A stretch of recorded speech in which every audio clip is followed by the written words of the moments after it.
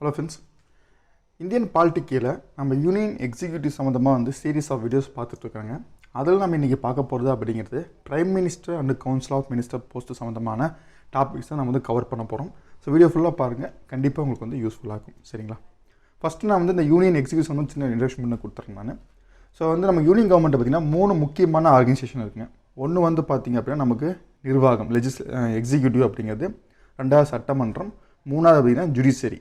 So இந்த 3ல் பார்த்திங்கன்னா சட்டமன்றம் சம்மந்தமாக லெஜிஸ்லேஷன் சம்மந்தமான வீடியோ நான் தனியாக போட்டிருக்கேன். நான் அதை டிஸ்கஸ் பண்ணியிருக்கேன், பார்த்துக்குங்க. இப்போ நம்ம பார்த்திங்க அப்படின்னா நம்ம எக்ஸிக்யூட்டிவ் சம்மந்தமான வீடியோஸ் நம்ம தொடர்ந்து பார்த்துட்ருக்கோம். அதில் நம்ம இன்றைக்கி பார்த்திங்கன்னா prime minister and council of minister பார்க்க போகிறோம். சரிங்களா? இதை பற்றி பேசக்கூடியது ஆர்டிகல் 52லேருந்து 78 வரைக்கும் பார்த்திங்கன்னா நமக்கு யூனியன் எக்ஸிக்யூட்டிவ் பற்றி பேசக்கூடியது. இது பார்ட் 5ல் கவர் ஆகுது. சரிங்களா? ஸோ அந்த பாயிண்ட் நோட் பண்ணி வச்சுக்கோங்க. செகண்ட் திங் பார்த்திங்க அப்படின்னா யூனியன் எக்ஸிக்யூட்டிவ் கீழே யாரெல்லாம் வருவா? ஸோ மத்திய அரசு நிர்வாகத்துக்கு கீழே யாரெல்லாம் வருவாங்கன்னு பார்த்தீங்கன்னா நமக்கு பிரசிடெண்ட் வருவார், 2வது வைஸ் பிரசிடெண்ட் வருவார், 3வது பிரைம் மினிஸ்டர், அப்புறம் கவுன்சில் ஆஃப் மினிஸ்டர்ஸ், அப்புறம் பார்த்திங்கன்னா அட்டார்னி ஜெனரல் ஆஃப் இந்தியா. இதில் president and wise president 2 topic நம்ம ஆல்ரெடி கவர் பண்ணி வச்சுங்க. இன்றைக்கி நம்ம பார்க்க போகிறது அப்படிங்கிறது பிரைம் மினிஸ்டர் போஸ்ட்டை பற்றி பார்க்க போகிறோம். தென் கவுன்சில் ஆஃப் மினிஸ்டர் போஸ்ட்டை பற்றி பார்க்க போகிறோம். சரிங்களா? ஸோ டீட்டெயிலாக நம்ம பார்க்கலாங்க. So first thing prime minister அப்படிங்கிற போஸ்ட் பார்க்கலாங்க. ஸோ பிரைம் மினிஸ்டர் அப்படிங்கிறது நம்ம எங்கேருந்து கொண்டு படிச்சு பார்த்திங்கன்னா நம்ம பிரிட்டிஷ் பார்லிமெண்ட் சிஸ்டத்துலேருந்து கொண்டு வந்தது நம்ம பிரைம் மினிஸ்டர் அப்படிங்கிற போஸ்ட். சரிங்களா? ஸோ இந்தியா பார்த்திங்க அப்படின்னா மற்ற நாடுகள்லேருந்து நம்ம பாரோ பண்ணி தான் கொண்டு வந்தோம். நம்மளுடைய கான்ஸ்டியூஷன் அப்படிங்கிறது பாரோடு கான்ஸ்டியூஷன் நம்ம சொல்லுவோம். மற்ற நாடுகள்லேருந்து நமக்கு எதெல்லாம் நமக்கு சிறப்பாக இருக்குன்னு தோணுதோ அதை நம்ம எடுத்தோம். அந்தமாரி பார்த்திங்கன்னா இந்த பார்லிமெண்ட்ரி ஃபார்ம் ஆஃப் கவர்மெண்ட் அப்படிங்கிறது, அதாவது பாராளுமன்ற ஆட்சி முறை அப்படிங்கிறத நம்ம எந்த நாட்டிலேருந்து எடுத்தோம் அப்படின்னா பிரிட்டிஷ் ஆட்சி முறையிலேருந்து நம்ம எடுத்தது தான். சரிங்களா?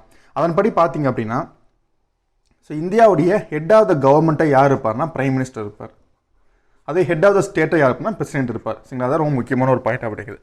So head of the government யாருன்னா பிரைம் மினிஸ்டர் இருப்பார். அதே சமயம் ஹெட் ஆஃப் த ஸ்டேட்டை யார் இருப்பார்னா பிரசிடென்ட் இருப்பார். சரிங்களா? ஸோ நம்மளுடைய இந்த ஆட்சி முறை அப்படிங்கிறது எந்த நாட்டிலிருந்து பின்பற்றுனது அப்படின்னா பிரிட்டிஷ் பாராளுமன்ற ஆட்சி முறை தான் பின்பற்ற வச்சோம். சரி, அதை முதல்ல நான் வச்சுக்கேன். 2வது பிரைம் மினிஸ்டர் உங்களுக்கு ஹெட் ஆஃப் த கவர்மெண்ட்டாக இருப்பார். இது நமக்கு 2வது பாயிண்ட். சரிங்களா? இப்போ பிரைம் மினிஸ்டர் பற்றி பார்க்குறப்போ நம்ம எதெல்லாம் கவர் பண்ணுவோம் அப்படின்னு பார்த்தீங்கன்னா, 1 அவருடைய அப்பாயின்மெண்ட்ஸ், நியமனங்கள் எப்படி நடக்குது அப்படிங்கிறது, 2வது அவருக்கான உறுதிமொழி எப்படி செய்யப்படுது, 3வது அவருக்கான டேர்ம்ஸஸ். சரிங்களா? காலம், பதவி காலம் அப்படிங்கிறது, 4வது பார்த்திங்கன்னா அவருக்கான பவர்ஸ் அண்ட் ஃபங்க்ஷன்ஸ், அதிகாரங்கள் மற்றும் செயல்பாடுகள் என்ன. ஸோ இது இந்த 4 தான் பார்த்திங்கன்னா நம்ம பிரைம் மினிஸ்டர் அப்படிங்கிற டாப்பிக்கில் நம்ம பார்க்க போகிற விஷயங்கள் அப்படிங்க. சரிங்களா? ஓகே. ஸோ நம்ம ஃபஸ்ட்டு நம்ம பார்க்க போகிறது அப்படிங்கிறது பிரைம் மினிஸ்டருடைய அப்பாயின்மெண்ட்டை பார்க்க போகிறோம். சரிங்களா? அப்பாயின்மெண்ட்டு பிரைம் மினிஸ்டர் தான் பார்க்க போகிறோம். ஸோ முதல்ல என்னென்னா இதை பற்றி பேசக்கூடிய ஆர்டிக்கல் அப்படிங்கிறது 75. சரிங்களா? ஆர்டிகல்ஸ் ரொம்ப முக்கியங்க. சரிங்களா? பிரைம் மினிஸ்டருடைய அப்பாயின்மெண்ட் பற்றி பேசக்கூடிய ஆர்டிகல் 75 அப்படிங்க. சரியா? ஸோ பிரைம் மினிஸ்டர் எப்படி அப்பாயின்மெண்ட் பண்ண போகிறோம் அப்படின்னு நம்ம பார்க்கலாம். அதில் முதல்ல நம்ம தெரிஞ்சுக்க வேண்டியது சொன்னால் பிரைம் மினிஸ்டர் நமக்கு எலெக்ஷன் மூலிமா தேர்ந்தெடுக்கப்படுறது கிடையாது. அதாவது நம்ம எலெக்டடு பர்சன் கிடையாது. சரியா? அந்த பாயிண்ட் ரொம்ப முக்கியமான பாயிண்ட். நமக்கு பிரசிடென்ட், ஜனாதிபதியோ அல்லது வைஸ் பிரசிடென்ட், துணை ஜனாதிபதியோ பார்த்திங்கன்னா நமக்கு எலெக்டடு பர்சன்ஸ், அவங்க தேர்தல் மூலியமாக கொண்டு வரப்படுறாங்களே நம்ம பார்த்தாச்சு. ஆனால் பிரைம் மினிஸ்டர் பார்த்திங்கன்னா நம்ம எலெக்ட் பண்ணப்படுறது கிடையாது. அவர் அப்பாயின்மெண்ட் பண்ணப்படுறாரு, அதாவது நியமனம் பண்ணப்படுறாரு. சரிங்களா? இந்த ஒரு விஷயம் நான் வச்சுங்க. அதேமாதிரி இன்னொன்று பார்த்திங்கன்னா பிரைம் மினிஸ்டருக்குன்னு தனியாக ஒரு குவாலிஃபிகேஷன் கிடையாது. தனியாக அவருக்குன்னு எந்த தகுதியுமே கிடையாது. பிரைம் மினிஸ்டருக்கு ஸ்பெசிஃபிக்காக. சரிங்களா? இந்த 2 பாயிண்ட் நான் வச்சுங்க. அவருக்குன்னு தனியாக எலெக்ஷன் கிடையாது, அதுமாதிரி அவருக்கும் தனியாக தகுதிகள் கிடையாது. சரிங்களா? ஸோ பிரைம் மினிஸ்டர் அப்பாயின்மெண்ட் பண்ணுறது யாருங்க அப்படின்னா பிரசிடென்ட் தான் பண்ணுவார். ஸோ இதை பற்றி பேசக்கூடியது article 75. So prime minister appointment பண்ணுறது யாருன்னு கேட்டாங்கன்னா நமக்கு பிரசிடென்ட் பண்ணுவார். ஆனால் பிரசிடென்ட் தனிச்சையாக பண்ணிட முடியாது. சரிங்களா? யாரோ ஒருத்தர் கூட்டு நீங்கள் பிரைம் மினிஸ்டராக இருங்க அப்படின்னு சொல்லி பிரசிடென்ட் சொல்லிட முடியாது. அவர் தன்னிச்சையான முடிவு எடுக்க முடியாது. சரிங்களா? அவருக்குன்னு சில கட்டுப்பாடுகள் உண்டு. சரி, பிரசிடென்ட் பிரைம் மினிஸ்டர் செலக்ஷன் பண்ணுறதுக்கான ஆப்ஷன்ஸ் என்னென்னு பார்த்தீங்கன்னா, 1 பார்த்தீங்கன்னா லோக்சபாவில் எந்த கட்சிக்கு மெஜாரிட்டி கிடைக்குதோ. ஏன்னா லோக்சபாவுக்கு தான் நமக்கு எலெக்ஷன் நடக்கும். சரிங்களா? ராஜ்யசபாவுக்கு எலெக்ஷன் நடக்காது. உங்களுக்கு லோக்சபாலேருந்து தேர்ந்தெடுக்கிறது தான் நமக்கு மெஜாரிட்டி வாங்கும். ஸோ லோக்சபாவில் யாருக்கு மெஜாரிட்டி கிடைக்குதோ அந்த பார்ட்டியை சார்ந்த ஒருத்தர் பிரைம் மினிஸ்டர் அப்பாயின்மெண்ட் பண்ணலாம். சரிங்களா? ஒன்று அந்த பார்ட்டி அல்லது அதனுடைய கூட்டணியாச்சு. சரிங்களா? ஒன்று கூட்டணியாச்சியாக இருக்கலாம், இல்லைனா சிங்கிள் பார்ட்டியாக கூட இருக்கலாம். எதுக்கு பெரும்பான்மை கிடைக்குதோ அவங்கள பிரைம் மினிஸ்டர் போகணும். சரி, இது இந்த இடத்துல பிரைம் மினிஸ்டருக்கு பிரசிடென்ட்டுக்கு எந்த ரோலுமே கிடையாது. ஏன்னா யார் மெஜாரிட்டியோ அவங்கள அப்பாயின்மெண்ட் பண்ணிட்டு போயிட்டே இருப்பார். சரிங்களா? இப்போ உதாரணத்துக்கு பார்த்தீங்கன்னா 545 இருக்குது இல்லைங்களா மொத்தம் எம்பி சீட் அப்படிங்கிறது. அப்போது உங்களுக்கு பார்த்திங்க அப்படின்னா 273 வாங்கினாங்க அப்படின்னா இல்லையா? ஸோ 273க்கு மேலே எந்த பார்ட்டி வாங்கிக்கிறாங்களோ அந்த பார்ட்டியை அவங்க பிரைம் மினிஸ்டர் யாருன்னு சொல்லி கேட்டு அவள் அப்பாயின்மெண்ட் பண்ணிட்டு போயிட்டே வேண்டியதா. சரிங்களா? அதே சமயத்தில் யாருக்குமே மெஜாரிட்டி கிடைக்கல, யாருக்குமே அதிக பெரும்பான்மை கிடைக்கல, அதாவது 273 சீட்டுக்கு மேலே யாருமே வாங்கலை அப்படிங்கிற பட்சத்தில் தான் பார்த்திங்கன்னா பிரைம் மினிஸ்டருடைய ரோல் அப்படிங்கிற முக்கியமான ரோலாக மாறும். அங்கே அவருக்கு டிஸ்கிரிஷன் உண்டு. என்ன டிஸ்கிரிஷன் பார்த்தீங்க அப்படின்னா, அவர் சிங்கிள் லார்ஜஸ்ட் பார்ட்டி, சரிங்களா, சிங்கிள் லார்ஜஸ்ட் பார்ட்டி இல்லாத பட்சத்தில் வந்து அவர் என்ன பண்ணலாம் அப்படின்னா, எந்த பார்ட்டி இல்லை எந்த பர்சனால் மெஜாரிட்டி வாங்க முடியும் நினைக்கிறாரோ அவரை பிரைம் மினிஸ்டர் ஆக்கிக்க முடியும், சரிங்களா. ஸோ அது என்னென்னா, உங்களுக்கு மெஜாரிட்டி இல்லாத இடத்துல ஒரு சிங்கிள் லார்ஜஸ்ட் பார்ட்டியாக ஏதோ ஒரு பார்ட்டி இருக்குங்களா, அந்த பார்ட்டியை அப்பாயின்ட் பண்ணலாம். இல்லைனா வேற ஒருத்தர்னால வந்து மெஜாரிட்டி வாங்கிட முடியும், லோக்சபா ஒரு மெஜாரிட்டி வாங்கிட முடியும்னு நினைக்கிறீங்க, அவரை வந்து அப்பாயின்மெண்ட் பண்ணலாம், சரிங்களா. இந்த மாதிரி வந்து பார்த்தீங்கன்னா ஃபஸ்ட்டு நடந்தது எப்போ அப்படின்னா 1979 வந்து சரண் சிங்கை வந்து அப்படி தான் வந்து அப்பாயின்மெண்ட் பண்ணுவார். அப்போ இருந்த பிரசிடெண்ட்டாக இருந்த நீலம் சஞ்சீவனி ரெட்டி, சரிங்களா. அப்போ வந்து மொராஜி தேசாய் வந்து இருந்திருப்பார். 77 ஜனதா பார்ட்டி வந்திருப்பாங்க. அவங்க வந்து 79 மொராஜி தேசாய் போனதுக்கப்புறமா சரண் சிங்கை வந்து அந்த மாதிரி தான் வந்து அப்பாயின்ட் பண்ணுவார். வந்து கொலிஷன் கவர்மெண்ட் லீடராக இருப்பார், அவர் அப்பாயின்மெண்ட் பண்ணுவார், சரி, 79, சரிங்களா. ஸோ இங்கே இந்த இடத்துல நம்ம மெயினாக தெரிஞ்சுக்கணும் பார்த்தீங்கன்னா, பிரசிடெண்ட்டை பொறுத்த வரைக்கும் வந்து மெஜாரிட்டி இருக்கிற பட்சத்தில் அப்பாயின்மெண்ட்டில் எந்த ரோலுமே கிடையாது. பட் ஆனால் லோக்சபாவில் மெஜாரிட்டி இல்லாத பட்சத்தில் அந்த இடத்துல தான் வந்து பார்த்திங்க அப்படின்னா பிரைம் மினிஸ்டர் பிரசிடெண்ட்டுடைய இந்த அப்பாயின்மெண்ட்டுக்கான டிஸ்கிரிஷன் பவர் அப்படிங்கிறது நமக்கு வரும். ஓகே, இந்த பாயிண்ட் நான் வச்சுக்கங்க. தென் அது போக வந்து பார்த்திங்க அப்படின்னா, ஃபஸ்ட்டு வந்து பிரைம் மினிஸ்டர் அப்பாயின்ட் பண்ணுறப்போ வந்து பார்த்திங்கன்னா அவர் வந்து மெஜாரிட்டியை வந்து ப்ரூவ் பண்ண வேண்டிய அவசியம் கிடையாது, சரிங்களா. So the president May first appoint the prime minister. So prime minister first appoint பண்ணிடலாம். அதுக்கப்புறமா அவர் வந்து என்னென்னா, நீங்கள் வந்து லோக்சபாவில் உங்களுடைய மெஜாரிட்டியை ப்ரூவ் பண்ணுங்கன்னு சொல்லலாம். மேக்ஸிமம் வந்து வித்தின் 1 மந்த், ஒரு 1 மந்த் டைம் கொடுப்பாங்க, சரிங்களா. இப்போ எக்ஸுங்க ஒருத்தர் வந்து ஃபஸ்ட்டு பிரைம் மினிஸ்டர் அப்பாயின்மெண்ட் பண்ணிடுவார். பண்ணதுக்கப்புறமா 1 மாதத்துக்குள்ளார நீங்கள் லோக்சபாவில் உங்களுடைய மெஜாரிட்டியை காட்டுங்க. அது மெஜாரிட்டி என்னன்னா, உங்களுக்கு 273 பேருக்கு மேலே உங்களுக்கு சப்போர்ட் பண்ணணும். சப்போர்ட் பண்ணால் தான் அது மெஜாரிட்டின்னு அர்த்தம், இல்லையா. அப்போ அதை காட்டணும் அப்படிங்கிறது இருந்துச்சுங்களா. ஸோ அந்த பாயிண்ட் நான் வச்சுங்க. அடுத்து இன்னொரு முக்கியமான பாயிண்ட் என்ன பார்த்தீங்க அப்படின்னா, இப்போ வந்து நமக்கு வந்து லோக்சபா எலெக்ஷன் தான் நமக்கு மெஜாரிட்டி மைனாரிட்டி முடிவு பண்ணுது, இல்லையா. நமக்கு லோக்சபா எலெக்ஷன் முடியுமா மெஜாரிட்டி எந்த ஆட்சி வருது, எந்த கட்சி மெஜாரிட்டி கிடைக்குது, எந்த கட்சி மைனாரிட்டி கிடைக்குது, எந்த கட்சி அப்போசிஷன் பொறுத்த முடிவு பண்ணுறோம். ஆனால் பிரைம் மினிஸ்டரை பொறுத்த வரைக்கும் அவர் வந்து லோக்சபாலேருந்து வரணும்னு அவசியம் கிடையாது. அவர் ராஜ்யசபாலேருந்தும் வரலாம் அல்லது லோக்சபாலேருந்தும் வரலாம். ஸோ இந்த இடத்துல பார்த்தீங்கன்னா லோக்சபா ராஜ்யசபாங்கிறது எந்த இஷ்யூமே கிடையாது. அதே சமயம் நீங்கள் லோக்சபா ராஜ்யசபா மெம்பராக இல்லாத ஒருத்தரை கூட பிரைம் மினிஸ்டராக ஆக்க முடியும். அப்படி ஆகிற பட்சத்தில் அவர் 6 மாதத்துக்குள்ளார அவர் எம்பி ஆகிருக்கணும், சரிங்களா. அதுதான் வந்து முக்கியமான கண்டிஷன் அப்படிங்க. சரி, 2 விஷயம் நீங்கள் தெரிஞ்சுக்கணுங்க. ஒன்று என்ன அப்படின்னா, ஒரு பிரைம் மினிஸ்டர் அப்படிங்கிறது வந்து லோக்சபாலேருந்து தான் வரணுங்கிற அவசியம் கிடையாது, அவர் ராஜ்யசபாலேருந்தும் வரலாம், சரிங்களா. இது ஒன்று. ரெண்டாவது வந்து பார்த்தீங்கன்னா, ஒரு பிரைம் மினிஸ்டர் அப்படிங்கிறது வந்து லோக்சபாலேயோ இல்லை ராஜ்யசபாலேயோ மெம்பராக இல்லாத பட்சத்தில் அதிகபட்சம் அவர் 6 மாதம் பிரைம் மினிஸ்டர் இருக்க முடியும். அதுக்குள்ளார அவர் வந்து ஏதோ ஒரு அவையில் வந்து மெம்பராக ஆயிருக்கணும், சரிங்களா. ஒன்று லோக்சபாவில் எலெக்ஷன் மூலியமாக தேர்ந்தெடுக்கப்பட்டு மெம்பர் ஆகிருக்கணும், இல்லை ராஜ்யசபாவில் நாமினேஷன் மூலம் மெம்பர் ஆகி தேர்ந்தெடுக்கப்பட்டிருக்கணும், சரிங்களா. இது வந்து அவருக்கான கண்டிஷன்ஸ் அப்படிங்கிறது. இதை வந்து நான் வச்சுங்க, சரிங்களா. இப்போ இன்னொரு பாயிண்ட் பார்த்தீங்கன்னா, இப்போ இந்தியாவில் வந்து ராஜ்யசபா மூலியமாக, சரி, அதாவது லோக்சபா இல்லாமல் ராஜ்யசபாலேருந்து பிரைம் மினிஸ்டர் ஆனவங்க பார்த்தீங்கன்னா இப்போ இந்திரா காந்தி இருப்பாங்க, சரிங்களா. ஃபஸ்ட்டு இந்திரா காந்தி வந்து பார்த்தீங்கன்னா ஃபஸ்ட்டு இந்திரா காந்தி அவர் வந்து தேர்ந்தெடுக்கப்பட்டது அப்படிங்கிறது பார்த்தீங்கன்னா ராஜ்யசபா மெம்பராக தான் இருந்திருப்பாங்க. அப்படி தான் தேர்ந்தெடுக்கப்பட்டிருப்பாங்க, சரிங்களா. இந்திரா காந்தி நம்ம சொல்லலாம். அதே மாதிரி பார்த்தீங்கன்னா தேவகவுடா அவரும் வந்து பார்த்தீங்கன்னா ராஜ்யசபா மெம்பராக இருந்தால் தேர்ந்தெடுக்கப்பட்டிருப்பார் பிரைம் மினிஸ்டராக. தென் வந்து பார்த்தீங்கன்னா மன்மோகன் சிங் அவரும் வந்து பார்த்தீங்கன்னா ராஜ்யசபா மெம்பராக இருந்தால் வந்து பார்த்தீங்கன்னா பிரைம் மினிஸ்டர் தேர்ந்தெடுக்கப்பட்டிருப்பார், சரிங்களா. இந்த பாயிண்ட் நான் வச்சுக்கேன். ஸோ வந்து பிரைம் மினிஸ்டர் அப்பாயின்மெண்ட் அப்படிங்கிறது உங்களுக்கு இதுதான். இதை பற்றி பேசக்கூடியது வந்து ஆர்டிகல் 75, ஓகேங்களா. ஸோ அடுத்து அவருக்கான உறுதிமொழி, சரிங்களா. ஸோ பிரைம் மினிஸ்டருக்கு யார் வந்து பதவி பிரமாணம் எடுத்து வைப்பா அப்படின்னு பார்த்தீங்கன்னா, அவருக்கு எடுத்து வைக்கிறதான பிரசிடென்ட், சரிங்களா. ஜனாதிபதி தான் அவருக்கான பதவி பிரமாணத்தை வந்து செய்து வைப்பார், சரிங்களா. ஸோ ஃபஸ்ட்டு என்ன பண்ணுவார் பார்த்தீங்க, பிரசிடென்ட் என்ன பண்ணுவார் பார்த்தீங்க அப்படின்னா, ஒரு லோக்சபா முடிஞ்சோடனே எந்த பார்ட்டிக்கு மெஜாரிட்டி இருக்கோ அந்த பார்ட்டியை வந்து பார்த்தீங்கன்னா அழைப்பார், நீங்கள் வந்து ஆட்சி அமைங்கன்னு சொல்லுவாங்க. அப்போ என்ன பண்ணுவாங்கன்னா, அந்த பார்ட்டி மெம்பர்ஸ்லாம் சேர்ந்து யாரோ ஒருத்தர் வந்து இவர் தான் எங்களுடைய பிரைம் மினிஸ்டர் அப்படின்னு சொல்லி ஒருத்தர் சொல்லுவாங்க. ஸோ அவருக்கு வந்து பார்த்தீங்க அப்படின்னா நமக்கு ஜனாதிபதி வந்து பதவி பிரமாணம் செஞ்சு வைப்பார், சரிங்களா. இதுதான் உறுதிமொழி அப்படிங்கிறது உங்களுக்கு. ஸோ அடுத்த அவருக்கான பதவி காலம், ஒரு பிரைம் மினிஸ்டருக்கு எவ்வளோ பதவி காலம், ரொம்ப முக்கியமான ஒரு கொஸ்டின் இது, சரிங்களா. ஸோ அவருக்கு வந்து பார்த்தீங்கன்னா எந்த ஒரு குறிப்பிட்ட ஃபிக்ஸ்டு டேமும் கிடையாது. இதுதான் ரொம்ப ரொம்ப ரொம்ப இம்பார்ட்டன்ட். நிறைய பேர் என்ன தப்பு பண்ணுவாங்க பார்த்தீங்க அப்படின்னா, பிரைம் மினிஸ்டருக்கான பதவி காலம் 5 ஆண்டுகள் நினச்சிப்பாங்க, 5 இயர்ஸ் நினைப்பாங்க. கிடையவே கிடையாது. லோக்சபாவுடைய பதவி காலம் மட்டும்தான் நமக்கு 5 ஆண்டுகள். பிரைம் மினிஸ்டருக்கு வந்து 5 ஆண்டு பதவி காலம் கிடையவே கிடையாது. ஏன்னா ஒரு லோக்சபாக்குள்ளார 2-3 பிரைம் மினிஸ்டர் கூட வர முடியும், சரிங்களா. ஒரு பிரைம் மினிஸ்டரோட பதவி காலம் அப்படிங்க அப்படின்னா, அவருக்கு லோக்சபாவில் மெஜாரிட்டி இருக்கிற வரைக்கும் தான் அவர் பிரைம் மினிஸ்டர். லோக்சபாவில் அவருக்கு மெஜாரிட்டி இல்லை அப்படின்னா அப்போவே அவருக்கான பிரைம் மினிஸ்டர் பதவிங்கிறது போயிடும் உங்களுக்கு, சரிங்களா? ஸோ அந்த பாயிண்ட்டை வந்து நல்லா நான் வச்சுங்க. ரொம்ப இம்பார்ட்டன்ட் ஒன்றுனா பிரைம் மினிஸ்டருக்கு குறிப்பிட்ட பதவி காலம் கிடையாது. 5 ஆண்டுகள் இருக்கலாம், இல்லை வந்து 3 ஆண்டுகள் இருக்கலாம், எதுவுமே கிடையாது.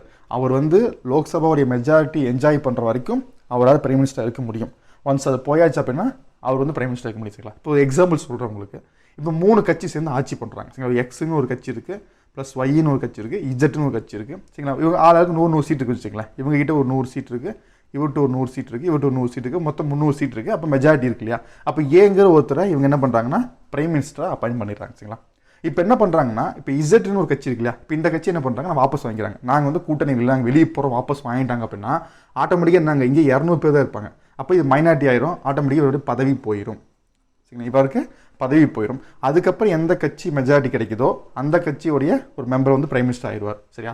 ஸோ பிரைம் மினிஸ்டருக்குன்னு ஒரு குறிப்பிட்ட பதவி காலம் கிடையவே கிடையாது. லோக்சபாவுக்கு தான் 5 ஆண்டுகள், பிரைம் மினிஸ்டர் கிடையாது. ஏன்னா நம்ம வந்து ஒரு க்ளூவில் என்ன பண்ணுவோம்னா, பிரசிடென்ட்டுக்கு 5 வருஷம் இருக்குது, வைஸ் பிரசிடென்ட்க்கு 5 வருஷம் இருக்குது, லோக்சபாக்கு 5 வருஷம் இருக்குது, அப்போ பிரைம் மினிஸ்டருக்கு 5 வருஷம் நம்ம நினைப்போம், பட் கிடையாது, சரிங்களா? ஸோ அந்த பாயிண்ட்டை நல்லா கிளியராக தெரிஞ்சு வச்சுக்கோங்க.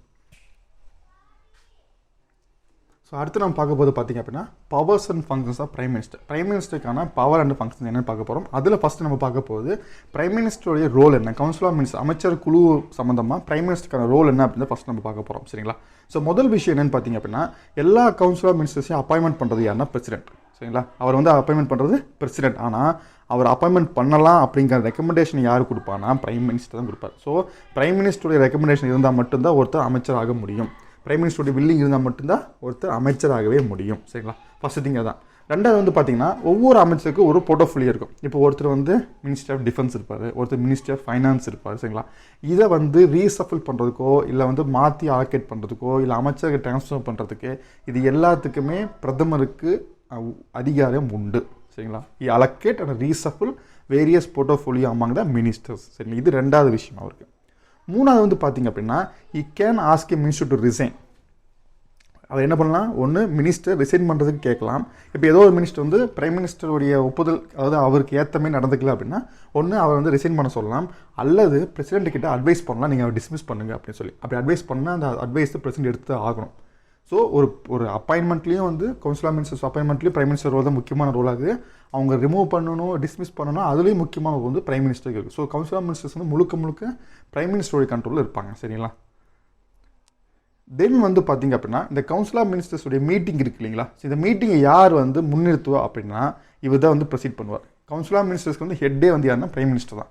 ஸோ அந்த அமைச்சரவை குழுக்களுக்கு வந்து இவர் தான் வந்து முன்னிறுத்துவார். அதேமாதிரி வந்து அவங்களுடைய டிசிஷன்ஸ்லாம் இவர் தான் வந்து இன்ஃப்ளூயன்ஸ் பண்ணுவார், சரிங்களா? இன்ஃப்ளூயன்ஸும் இருக்கும் டிசிஷன் மேக்கிங் பொறுத்த வரைக்கும் உங்களுக்கு. தென் அடுத்து வந்து பார்த்திங்க அப்படின்னா, எல்லா மினிஸ்டர்ஸையும் வந்து கைட் பண்ணுறது, அப்புறம் கண்ட்ரோல் பண்ணுறது, கோஆர்டினேட் பண்ணுற விஷயங்கள் வந்து இவர் வந்து பண்ணுவார். இது ஜென்ரலாக விஷயம், ஓகேங்களா? அடுத்து ரொம்ப முக்கியமான ஒன்று என்ன பார்த்திங்கன்னா, ஒரு பிரைம் மினிஸ்டர் வந்து பதவியிலேருந்து விலகிட்டாரோ இல்லை இறந்துட்டாரோன்னு வைங்களேன், ஆட்டோமேட்டிக்காக அவருக்கு கீழே இயங்கிட்டு இருந்தால் அமைச்சர் குழுவும் தானாக பார்த்திங்கன்னா ரிசைன் பண்ண போகிறோம். இது ரொம்ப முக்கியமான ஒன்று, சரிங்களா? இப்போ எக்ஸுங்க ஒருத்தர் வந்து பிரைம் மினிஸ்டராக இருக்கிறான்னு வைங்களேன், எக்ஸுங்க ஒருத்தர் வந்து ஒரு பிரைம் மினிஸ்டராக இருக்கிறார் அப்படின்னா இப்போ அவர் ரிசைன் பண்ணிட்டாருன்னு வைங்களேன், ஆட்டோமேட்டிக்காக அவர் கீழே இருந்த அமைச்சர் குழு இருக்கும் இல்லையா, கவுன்சில் ஆஃப் மினிஸ்டர்ஸ் இருக்காங்க, அவங்களும் சேர்ந்து ரிசைன் பண்ண போடுவாங்க.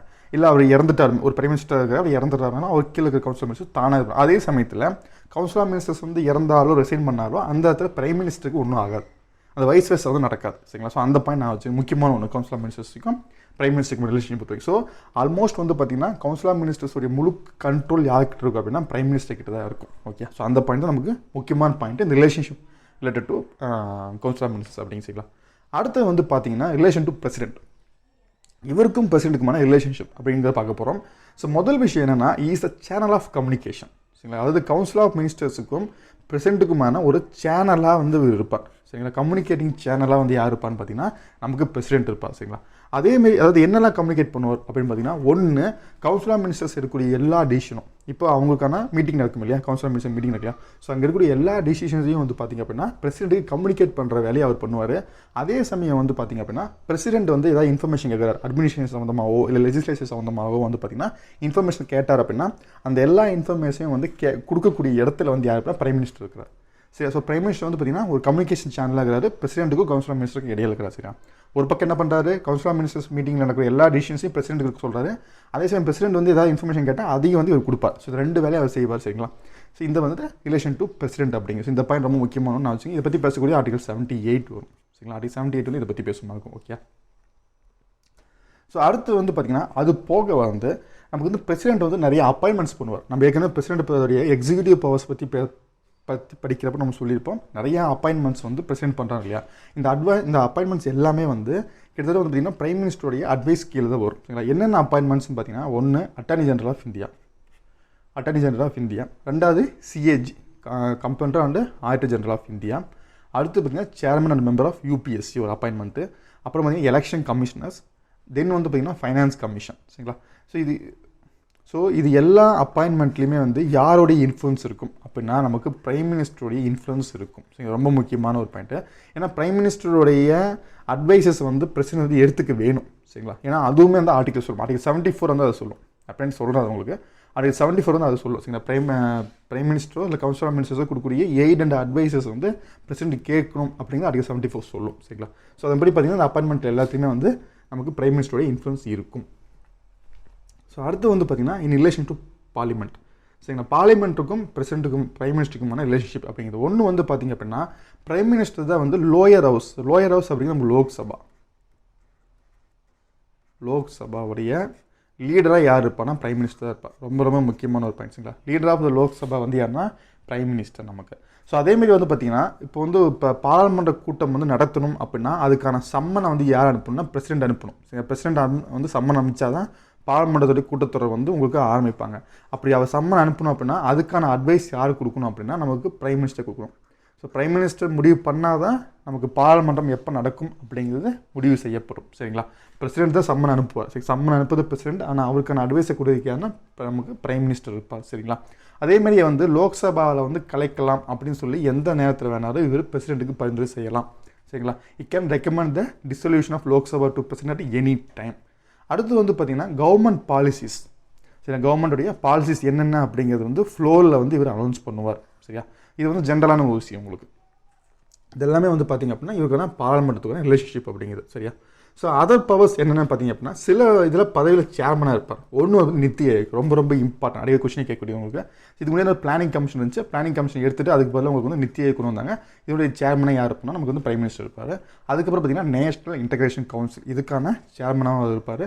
அது போக பார்த்திங்கன்னா இன்டர்ஸ்டேட் கவுன்சில், அப்புறம் வந்து பார்த்திங்கன்னா நேஷனல் வாட்டர் ரிசோர்ஸ் கவுன்சில், அதுமாதிரி பார்த்திங்கன்னா மற்ற பாடிஸ் இருக்குங்களா. இது ரொம்ப முக்கியமானது பார்த்திங்கன்னா உங்களுக்கு வந்து நித்தி ஆயோக் ரொம்ப முக்கியமானது. சரிங்களா. இன்டர்ஸ்டேட் கவுன்சில் ரொம்ப முக்கியமானது. சரிங்களா. அந்த பாயிண்ட் ஜஸ்ட் நான் வச்சுக்கலாம். இதான் பார்த்திங்க அப்படின்னா நமக்கு வந்து பிரைம் மினிஸ்டருக்கான பவர்ஸ் அண்ட் ஃபங்க்ஷன்ஸ் அப்படிங்க. சரிங்களா. அவருக்கான ஃபங்க்ஷன்ஸ் நம்ம 3ஆக பிரித்தோம். ஒன்று வந்து relation to council of ministers, ரெண்டாவது வந்து பார்த்திங்கன்னா பிரசிடென்ட்டோட அவரோட ரிலேஷன்ஷிப் அப்படிங்கிறது, மூணாவது வந்து அவரோட ரிலேஷன் வித் பார்லிமெண்ட். சரிங்களா. ஓகே. ஸோ அடுத்து வந்து பார்த்திங்க அப்படின்னா இது ரொம்ப இன்ட்ரெஸ்டிங்கான ஒரு ஃபேக்ட்னா சீஃப் மினிஸ்டர்ஸாக இருந்த யாரெல்லாம் வந்து பிரைம் மினிஸ்டர்ஸாக ஆயிருக்காங்க. சரிங்களா. இதை வந்து பார்த்து வச்சுங்க. இந்த மாதிரி கொஸ்டின்ஸ் கேட்பாங்க உங்களுக்கு. சரிங்களா. ஒரு 4 பேர்த்த கொடுத்து இல்லை யாரெல்லாம் வந்து சீஃப் மினிஸ்டர்ஸாக இருந்தாங்க கேட்பாங்க. பிரைம் மினிஸ்டர்ஸை கொடுத்து சீஃப் மினிஸ்டர் கேட்கலாம்.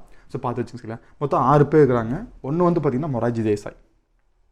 அவர் வந்து பிரிக்கப்படாத பாம்பே இருக்கு இல்லையா, அதனுடைய சீஃப் மினிஸ்டராக இருந்தார். அவர் வந்து பிரைம் மினிஸ்டர் ஆனார். ஸோ மொரார்ஜி தேசாய். ரெண்டாவது சரண் சிங், இது வந்து உத்தரப்பிரதேசோடைய சீஃப் மினிஸ்டர் இருந்தார். தென் வந்து நமக்கு சரண் சிங் வந்து பிரைம் மினிஸ்டர் ஆனார். சரிங்களா. அடுத்து விபி சிங். சரிங்க. உத்தரப்பிரதேச சிஎம் வந்து விபி சிங் ஆனார். அதுக்கு வந்து பிவி நரசிம்மராவ் ஆந்திராவுடைய சீஃப் மினிஸ்டர் வந்து தென் அவர் வந்து லேட்டராக வந்து பார்த்திங்கன்னா அவர் பிரைம் மினிஸ்டர் ஆனார். அதுக்கப்புறம் தேவகவுடா, சரி, கர்நாடகாவுடைய சீஃப் மினிஸ்டர் இருந்தார். தென் வந்து அவர் பிரைம் மினிஸ்டர் ஆனார். அதுக்கப்புறம் பார்த்திங்கன்னா நரேந்திர மோடி இப்போ வந்து நமக்கு பிரைம் மினிஸ்டர் ஆகுதாங்க. அதுக்கு வந்து குஜராத்துடைய சீஃப் மினிஸ்டர் வந்து சரிங்களா. ஸோ இவங்க 6 பேர் தான் வந்து பார்த்திங்க அப்படின்னா நமக்கு சீஃப் மினிஸ்டர்ஸாக இருந்து பிரைம் மினிஸ்டர் ஆனாங்க. So Morarji Desai, Charan Singh, V P Singh, P V Narasimha Rao, H D Deve Gowda, அப்புறம் நரேந்திர மோடி. ஓகேங்களா. இதை வந்து இந்த ஃபேக்ட்ஸ் தெரிஞ்சு வச்சுக்கோங்க. சரிங்களா. இது வரைக்கும் வந்து பிரைம் மினிஸ்டர்ஸாக யார் இருந்தாங்க அப்படின்னு சொல்லி வந்து போட்டிருக்கேன். ஸோ இந்த இதை வந்து பார்த்துங்க. இல்லை முக்கியமான ஃபேக்ட்ஸ் நான் சொல்லிடுறேன். சரிங்களா.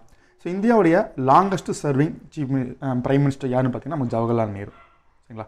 ஸோ லாங்கஸ்ட் வந்து நமக்கு ஜவஹர்லால் நேரு. சரிங்களா. அவருக்கு அடுத்து யாருன்னா இந்திரா காந்தி. அவருக்கு அடுத்து யாருன்னு பார்த்தீங்கன்னா மன்மோகன் சிங். சரிங்களா. ஸோ இந்த 3 தெரிஞ்சு வச்சுங்க. ஏன்னா சம்டைம் உங்களுக்கு அப்படி கூட கேட்டாலும் உங்களுக்கு. ஸோ ஃபஸ்ட்டு அதிகமான ஜவஹர்லால் நேரு, அவருக்கு அடுத்து இந்திரா காந்தி இருக்காங்க. அதுக்கப்புறம் நமக்கு வந்து டாக்டர் மன்மோகன் சிங் இருக்கார். சரி, 3 பேர் நீங்கள் நான் வச்சுக்கங்க. அதே சமயம் ஷார்ட்டஸ்ட் யாருன்னு பார்த்தீங்கன்னா சரண் சிங். சரிங்களா. சரண் சிங் தான் பார்த்தீங்கன்னா நமக்கு வந்து ஷார்ட்டஸ்ட்டாக இருந்தார். இது 170 days முதல் இருந்தது. ஸோ ஷார்ட்டஸ்ட் வந்து அவர் தான். ஸோ அதுமாதிரி வந்து முதல் பெண் பிரைம் மினிஸ்டர் ஏன்னா Indira Gandhi. So first woman prime minister நமக்கு வந்து இந்திரா காந்தி. அதேமாரி வந்து முதல்ல வந்து ராஜ்யசபாவில் இருந்து பிரைம் மினிஸ்டர் வந்து இந்திரா காந்தி தான். சரி, 67 வந்து ராஜ்யசபா மெம்பராக தான் இருப்பாங்க, அவங்க லோக்சபா மெம்பர் இருக்க மாட்டாங்க. தென் அவங்க வந்து பார்த்திங்கன்னா அப்போ வந்து பிரைம் மினிஸ்டர் ஆகிருப்பாங்க. சரிங்களா, அந்த பாயிண்ட் நான் வச்சுக்கோங்க உங்களுக்கு. அது யங்கஸ்ட் பிரைம் மினிஸ்டர் யாருன்னு கேட்டால் நமக்கு வந்து ராஜீவ் காந்தி. சரிங்களா, ராஜீவ் காந்தி தான் வந்து யங்கஸ்ட் பிரைம் மினிஸ்டர் வந்திருப்பார் நமக்கு. சரி, அதை நான் வச்சுக்கோங்க. அதேமாதிரி வந்து நான் காங்கிரஸ் பர்சன். சரி, ஆக்சுவலி வந்து மொரார்ஜி தேசாய் வந்து காங்கிரஸ் இருந்து தான் வெளியே வந்திருப்பார் உங்களுக்கு. பட் ஆனால் வந்து பார்த்திங்கன்னா காங்கிரஸ் அல்லாத பார்ட்டி அப்படின்னு ஜனதா பார்ட்டி வந்து ஆட்சி அமைப்பாங்க. ஸோ அவங்களுடைய முதல் பிரைம் மினிஸ்டர் மொரார்ஜி தேசாய் இருப்பாங்க. அப்போ நான் காங்கிரஸ் மெம்பர் வந்து பிரைம் மினிஸ்டர் ஆனது எப்படின்னு கேட்டிங்கன்னா மொரார்ஜி தேசாய் தான் ஆனார். சரி, அந்த பாயிண்ட் வந்து நான் வச்சுக்கோங்க. அதேமாதிரி சவுத்துலேருந்து வந்த ஒரே ஒரு ஃபஸ்ட்டு பிரைம் மினிஸ்டர் வந்து பி.வி. நரசிம்மராவ். சரிங்களா, பி.வி. நரசிம்மராவ் தான் சவுத்தில் ஆந்திராந்து போனார் இல்லையா. இது எல்லாமே அதுக்கு பார்த்தீங்கன்னா உத்தரப்பிரதேஷ் இந்த மாதிரி ஸ்டேட் இந்தி பெல்ட்லேருந்து வந்திருப்பாங்க. இப்போ பி.வி. நரசிம்மராவ் தான் ஃபஸ்ட் பார்த்தீங்கன்னா ஆந்திராந்து போனார். அதுக்கப்புறம் பார்த்தீங்கன்னா தேவகவுடா போனார். சரி, அதெல்லாம் நான் வச்சுக்கிறேன். அதேமாதிரி வந்து பார்த்தீங்கன்னா நான் காங்கிரஸ் பிரைம் மினிஸ்டர் 5 வருஷம் கம்ப்ளீட் பண்ணது யாருன்னா அடல் பிஹாரி வாஜ்பாய். அந்த பாயிண்ட் நான் வச்சுக்கேன். சரி, நான் காங்கிரஸ் அல்லாத ஒருத்தர் 5 வருஷம் தன்னுடைய ஆட்சியை முடிவு பண்ணது யாருன்னா வந்து பார்த்தீங்கன்னா அடல் பிஹாரி வாஜ்பாய் பண்ணார். 1998 2004 வரைக்கும் இருந்தது. சரிங்களா, ஸோ அந்த பாயிண்ட்லாம் வந்து நான் வச்சுக்கோங்க நீங்கள். ஸோ இதெல்லாம் வந்து ஃபேக்ட்ஸுங்க. இந்த ஃபேக்ட்ஸில் வந்து நீங்கள் நான் வச்சுக்கோங்க. ஓகே, ஸோ முக்கியமாக லாங்கஸ்ட் யார், ஷார்ட்டஸ்ட் யார், யங்கஸ்ட் யார், சரிங்களா, இதெல்லாம் வந்து முக்கியமான கீ பாயிண்ட்ஸ், அதெல்லாம் நான் வச்சுக்கோங்க. பார்த்தாச்சுங்க. அடுத்து நம்ம வந்து கவுன்சில் ஆஃப் மினிஸ்டர்ஸ் பார்க்கலாங்க. சரிங்களா, ஸோ கவுன்சில் ஆஃப் மினிஸ்டருக்கான முக்கியத்துவத்தை பற்றி பேசக்கூடியது வந்து ஆர்டிகல் 74. ரொம்ப ரொம்ப முக்கியமானது. ஸோ என்ன சொல்லும் பார்த்தீங்க அப்படின்னா, பிரசிடென்ட் வந்து தன்னுடைய முடிவு வந்து தனிச்சையாக எடுக்க முடியாது இல்லையா. அவர் வந்து எப்பொழுதுமே வந்து கவுன்சில் ஆஃப் மினிஸ்டர்ஸ் அமைச்சர்கள் குழு வித்து பிரைம் மினிஸ்டர், அமைச்சர்கள் குழு பிரதமருடைய ஆலோசனைகள் கேட்டு அதன்படி அவர் நடக்கணும். சரிங்களா, இதுதான் வந்து ஆர்டிகல் 74 சொல்லுது. சரி, அது முக்கியமான ஒரு பாயிண்ட். அது அந்த பாயிண்ட் நான் வச்சுக்கேன். சரிங்களா, ஸோ குடியரசுத் தலைவருக்கான பொறுப்பு அப்படிங்கிறது வந்து அமைச்சருடைய குழு ஆலோசனை நடந்து கொள்வது அப்படிங்கிறத வந்து குடியரசுத் தலைவருக்கான பொறுப்பாக இருக்குது. சரி, அவர் வந்து டிஸ்கிரிப்ஷன், அதாவது தனிச்சையாக எந்த முடிவு பண்ண முடியாது. அதை பற்றி சொல்கிறது ஆர்டிகல் 74. அப்போது சென்ட்ரல் கவுன்சில் ஆஃப் மினிஸ்டருக்கு வந்து ஒரு பெரிய ஒரு பவர் இருக்குது உங்களுக்கு. ஏன்னா அதை தாண்டி பிரைம் மினிஸ்டர் வந்து பண்ணிச்சுக்கலாம். ஸோ கவுன்சில் ஆஃப் மினிஸ்டர்ஸ் வந்து மொத்தம் 3 குழு இருக்குது. இதை 3 கேட்டகரியாக பிரிக்கலாம். சரிங்களா, 3 குழு நம்ம சொல்கிறோம். ஒன்று வந்து கேபினட் நாயக்கி, இதான் வந்து ரொம்ப உச்சபட்சத்தில் இருப்பாங்க, ஹையஸ்ட் டிசிஷன் மேக்கிங் பாடியாக இருக்கும். அதுக்கு அடுத்த லெவலில் மினிஸ்டர்ஸ் ஆஃப் ஸ்டேட் அமைச்சர்கள் இருப்பாங்க. 3வது வந்து துணை அமைச்சர்கள் டெப்டி மினிஸ்டர்ஸ் இருப்பாங்க. நீங்கள் இந்த இமேஜில் பார்த்தா கூட தெரியும். ஸோ கேபினட் மினிஸ்டர்ஸ் வந்து கொஞ்சம் பேர் இருப்பாங்க. அதுக்கு அடுத்து மினிஸ்டர் ஆஃப் ஸ்டேட்ஸ் இருப்பாங்க. அதுக்கப்புறம் டெப்டி மினிஸ்டர்ஸ் இருப்பாங்க. சரியா, இல்லை அந்த கேபினட் மினிஸ்டர்ஸை பொறுத்தவரைக்கும் பார்த்தீங்கன்னா முக்கியமான துறைகளுக்கான தலைமை வந்து இவங்க கிட்ட தான் இருக்கும். இப்போ உதாரணத்துக்கு டிஃபென்ஸ் இருக்குது இல்லையா, இராணுவத்துறை இருக்குது, அப்புறம் உள்துறை இருக்குது, மினிஸ்ட்ரி ஆஃப் ஹோம் அஃபேர்ஸ் இருக்குது, உங்களுக்கு மினிஸ்ட்ரி ஆஃப் ஃபாரின் அஃபேர்ஸ் இருக்குது. இதெல்லாம் வந்து முக்கியமான துறைகள், நாட்டினுடைய முக்கியமான துறை. இதெல்லாம் வந்து இந்த கேபினட் மினிஸ்டர்ஸ் கிட்ட தான் இருக்கும். சரிங்களா, ஸோ இவங்க தான் வந்து பார்த்தீங்கன்னா டிசிஷன் மேக்கிங், அரசனுடைய முக்கியமான டிசிஷன் மேக்கிங்கில் எல்லா விதமான இன்ஃப்ளூயன்ஸ் பண்ணக்கூடியதாக இருப்பாங்க இந்த கேபினட் மினிஸ்டர்ஸ் அப்படிங்கிறது தான். சரி, இந்த கேபினட் குழு தான் வந்து பார்த்திங்கன்னா ரொம்ப பவர்ஃபுல்லான குழுவாக இருக்கும் இந்தியாவை பொறுத்த வரைக்கும் உங்களுக்கு. அதுக்கு அடுத்த நிலையில் இருக்குது பார்த்திங்க அப்படின்னா மினிஸ்டர்ஸ் ஆஃப் ஸ்டேட் அப்படிங்கிறது. இந்த மினிஸ்டர் ஆஃப் ஸ்டேட் பார்த்திங்கன்னா 2 கேட்டகரி இருக்காங்க. ஒன்று வந்து பார்த்திங்கன்னா இண்டிபெண்டன்ட் சார்ஜ். இப்போ உதாரணத்துக்கு வந்து பார்த்திங்க அப்படின்னா இப்போ at present ministry of planning அப்படிங்கிறது இண்டிபெண்டன்ட் சார்ஜில் இருப்பார். அதாவது எந்த துறைக்கும் கீழே இல்லாமல் தனியான ஒரு துறை தான். ஆனால் அவருக்கு வந்து கேபினட் அண்டர் தராமல் அவர் வந்து பார்த்திங்கன்னா வெறும் மினிஸ்டர் ஆஃப் ஸ்டேட்டாக வச்சுருப்பாங்க. ஸோ இது ஒன்று, அதாவது இண்டிபெண்டன்ட் சார்ஜாக இருந்தாலுமே அவர் கேபினெட் இல்லாமல் மினிஸ்டர் ஆஃப் ஸ்டேட்டாக இருப்பார். இன்னொன்று வந்து attach to the cabinet ministers. இப்போ வந்து மினிஸ்ட்ரி ஆஃப் ஃபைனான்ஸ்னு இருக்கு இல்லையா, அதுக்குன்னு தனியாக கேபினெட் இருக்கார் இல்லையா, அதுக்கு கீழே ஒருத்தர் வந்து மினிஸ்டர் ஆஃப் ஸ்டேட் இருப்பார். அவர் வந்து அந்த அதுக்கு கீழே ஏதோ ஒரு டிபார்ட்மெண்ட்டை பார்த்துப்பாராக இருக்கும். இந்தமாதிரி பார்த்திங்கன்னா 2 கேட்டகரி இருப்பாங்க. இவங்க வந்து பார்த்திங்க அப்படின்னா கேபினெட் மெம்பர்ஸாக இருக்க மாட்டாங்க. ஸோ கேபினெட் மீட்டிங்ஸை கலந்து கொள்ள மாட்டாங்க எக்ஸப்ட் இண்டிபெண்டன்ட் சார்ஜஸ். இண்டிபெண்ட்டாக இருக்கக்கூடிய மினிஸ்டர்ஸ் வந்து ஸ்பெஷல் இன்வைட் மூலியமாக கேபினெட் மீட்டிங்கில் கலந்துக்க முடியும். அந்த ஒரு பாயிண்ட் நான் வச்சுக்கேன். இது வந்து இந்த மினிஸ்டர் ஆஃப் ஸ்டேட் மட்டும் குழப்பமே தெரியல. நான் திரும்ப சொல்கிறேன் உங்களுக்கு. மினிஸ்டர் ஆஃப் ஸ்டேட்டுக்கு 2 கேட்டகரி இருக்குது. ஒன்று வந்து பார்த்திங்கன்னா இண்டிபெண்டன்ட் சார்ஜ். இண்டிபெண்டன்ட் சார்ஜ்னா அவங்களுக்கு வந்து தனியாக ஒரு பொறுப்பு கொடுத்துருவாங்க. மினிஸ்டர் ஆஃப் பிளானிங்கை நீ பார்த்துக்கோ அப்படின்னு தனியாக ஒரு பொறுப்பு கொடுத்துருவாங்க. அவங்க வந்து எந்த ஒரு கேபினெட்டை வந்து அசிஸ்ட் பண்ண மாட்டாங்க. சரியா, ஆனால் அது இல்லாமல் இன்னொரு கேட்டகரி அப்படிங்கிறது வந்து கேபினட் மினிஸ்டர் கீழே அவங்க கொடுக்கப்பட்டிருப்பாங்க. இப்போ மினிஸ்ட்ரி ஆஃப் ஃபைனான்ஸ் கீழே ஏதோ ஒரு டிபார்ட்மெண்ட்டாக கொடுத்துருப்பாரு.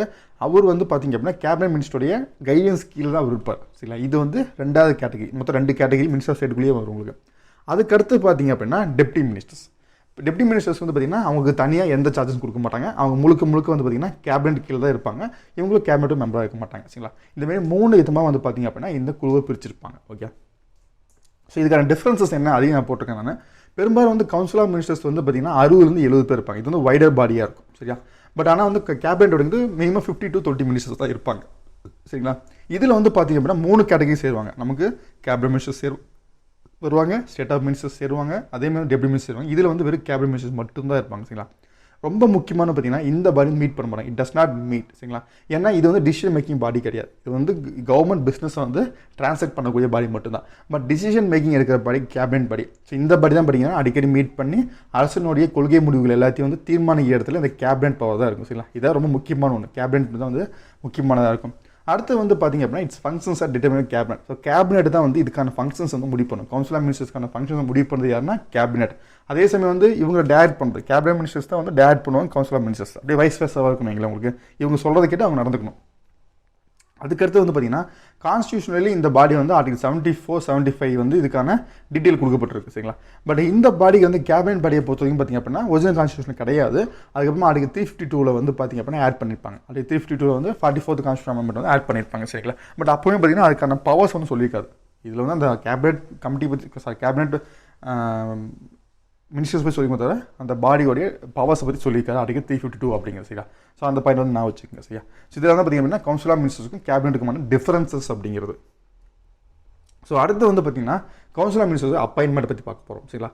ஸோ இதில் என்னென்னா ஆர்டிகல் 75 தான் வந்து பார்த்திங்கன்னா இதை பற்றி பேசும், சரிங்களா? கவுன்சில் ஆஃப் மினிஸ்டர்ஸோடைய அப்பாயின்மெண்ட் வந்து இதை பற்றி பேசும். நான் ஏற்கனவே உங்களுக்கு சொன்னேன், அதாவது பிரைம் மினிஸ்டர் பவர் பற்றி பேச சொன்னவங்களுக்கு ஒவ்வொரு கவுன்சில் ஆஃப் மினிஸ்டர்ஸையும் அப்பாயின்மெண்ட் பண்ணுறது யாருன்னு அப்படின்னா நமக்கு வந்து பிரசிடென்ட் தான் அப்பாயின்ட் பண்ணுவார், சரிங்களா? உங்களுக்கு கொஸ்டினை கேட்குறாங்க, சரிங்களா? கவுன்சில் ஆஃப் மினிஸ்டர்ஸை யார் அப்பாயின்மெண்ட் பண்ணுவாங்க கேட்டால் பிரசிடென்ட்டாக அப்பாயின்மெண்ட் பண்ணுவார். அதை பற்றி பேசுவது ஆர்டிகல் 75, சரிங்களா? ஆனால் யாருடைய பரிந்துரை கீழ் அப்பாயின்மெண்ட் பண்ணுவார் அப்படின்னா பிரைம் மினிஸ்டருடைய பரிந்துரை கீழ் அப்பாயின்மெண்ட் பண்ணுவார், சரிங்களா? So president can appoint only those person as a minister who are recommended by the prime minister. Prime minister யார் ரெக்கமெண்ட் பண்ணுறாரோ அவரை மட்டும்தான் அப்பாயின்மெண்ட் பண்ண முடியும் பிரசிடென்ட்னால, சரிங்களா? அது ரொம்ப முக்கியமான பாயிண்ட் நான் வச்சுங்க. ஆர்டிகல் 75 இதை பற்றி பேசுமா இருக்கும், ஓகே? அடுத்து அவருக்கான உறுதிமொழி யார் எடுத்து வைப்பா அப்படின்னா பிரசிடென்ட் தான் எடுத்து வைப்பார், சரிங்களா? ஆர்டிகல் 75ல் 4 வந்து அதை பற்றி பேசும். ஸோ பிரைம் மினிஸ்டர் தான் prime minister plus council of மினிஸ்டர்ஸ்க்கான உறுதிமொழி யார் எடுத்து வைப்பா அப்படின்னு கேட்டாங்கன்னா நமக்கு வந்து பிரசிடென்ட் தான் எடுத்து வைப்பா. இதை பற்றி பேசக்கூடிய ஆர்டிகல் 75ல் 4 அப்படிங்கிறது. இதில் இன்னொரு முக்கியமான பாயிண்ட் இருக்குது. இது எம்பிஸ் இருக்காங்க இல்லையா, அதாவது மினிஸ்டர்ஸ் இல்லாத எம்பிஸ். இப்போ இவங்க எல்லாமே வந்து எம்பியாக இருப்பாங்க இல்லையா? ஸோ இவங்க இல்லாத மற்ற எம்பிஸுக்கு யார் பதிப்பிரம் எடுத்து வைப்பார்னா ஸ்பீக்கர், லோக்சபாவுடைய ஸ்பீக்கர் தான் எடுத்து வைப்பார். அந்த பாயிண்ட் நான் வச்சுக்கேன், சரிங்களா? கவுன்சில் ஆஃப் மினிஸ்டர்ஸாக இல்லாத எம்பிஸுக்கு வந்து பதிப்பகம் எடுத்து வைக்கிறது ஸ்பீக்கர் எடுத்து வைப்பார், சரிங்களா? அதே மாதிரி இவங்களுக்கான அலோன்ஸை பற்றி பேசக்கூடிய சேலரி அலோன்ஸை பற்றி பேசக்கூடிய ஆர்டிகல் 75ல் 6, சரிங்களா? ஆர்டிகல் 75 இதை ரொம்ப டீப்பானது, அவ்வளோ இதை கேட்க மாட்டாங்க, ஜஸ்ட் தெரிஞ்சு மாதிரி வச்சுங்க, சரிங்களா? சேலரி பற்றி பேசுகிறது ஆர்டிகல் 75ல் வரும்னு வச்சுங்க. அதுக்காக தனியாக ஆக்ட் போடப்பட்டிருக்கு. ஆக்ட் வந்து salary and allowances of ministers act 1952 அப்படிங்கிறது, சரிங்களா? ஸோ பாராளுமன்றம் தான் இவங்க சேலரியை வந்து முடிவு பண்ணணும். ஸோ அதுக்காக போடப்பட்ட சட்டம் அப்படிங்கிறது சேலரி அண்ட் அலோன்சஸ் ஆக்ட் 1952 அப்படிங்கிறது, சரிங்களா? அடுத்து ரொம்ப முக்கியமாக அடிக்கடி இந்த இதை கேட்கக்கூடியதுன்னா இதுதான் உங்களுக்கு கலெக்டிவ் ரெஸ்பான்சிபிலிட்டி அப்படிங்கிறது. ஸோ ஒவ்வொரு அமைச்சர்கள் குழு இருக்கு இல்லையா, அந்த அமைச்சர்கள் குழுக்குன்னு ஒரு கூட்டு பொறுப்பு ஒன்று இருக்குங்களா? அந்த கூட்டு பொறுப்பு அப்படிங்கிறது யாருக்கான கூட்டு பொறுப்பு அப்படின்னா லோக்சபாக்கான கூட்டு பொறுப்பு. இது ரொம்ப முக்கியமான ஒரு பாயிண்ட். ஆர்டிகல் 75ல் 3, சரிங்களா? இது ரொம்ப முக்கியம் உங்களுக்கு. ஆர்டிகல் 75ல் 3 என்ன சொல்லும் பார்த்தீங்க அப்படின்னா நம்ம கவுன்சில் ஆஃப் மினிஸ்டர்ஸ் வந்து கலெக்டிவ்லி ரெஸ்பான்சிபிள், சரி? கூட்டு பொறுப்பு ரெஸ்பான்சிபிலிட்டி லோக்சபா. இதுதான் ரொம்ப ரொம்ப முக்கியம். ஸோ யாருக்கு பொறுப்பானவங்க, யாருக்கு கலெக்டிவ் ரெஸ்பான்சிபிள் அப்படின்னா லோக்சபாக்கு, ராஜ்யசபாக்கு கிடையாது. அதெல்லாம் நான் வச்சுங்க. ஒருத்தர் வந்து மினிஸ்டர் ஆகிறானுங்களேன், இப்போ கவுன்சில் ஆஃப் மினிஸ்டர்ஸ் இருக்கிற கவுன்சில் ஆஃப் மினிஸ்டர்ஸ்குள்ளே இருக்கக்கூடிய மினிஸ்டர்ஸ் வந்து லோக்சபா சார்ந்தவரும் இருக்கலாம், ராஜ்யசபா சார்ந்தவராகவும் இருப்பார், சரிங்களா? மினிஸ்டர் வந்து லோக்சபாலேருந்து வந்திருப்பார், ராஜ்யசபா. ஆனால் அவங்க கூட்டு பொறுப்புன்னு வரும்போது எதுக்கு அப்படின்னா லோக்சபாக்கு மட்டும்தான் அவங்க கலெக்டிவ் ரெஸ்பான்சிபிள் இருப்பாங்க.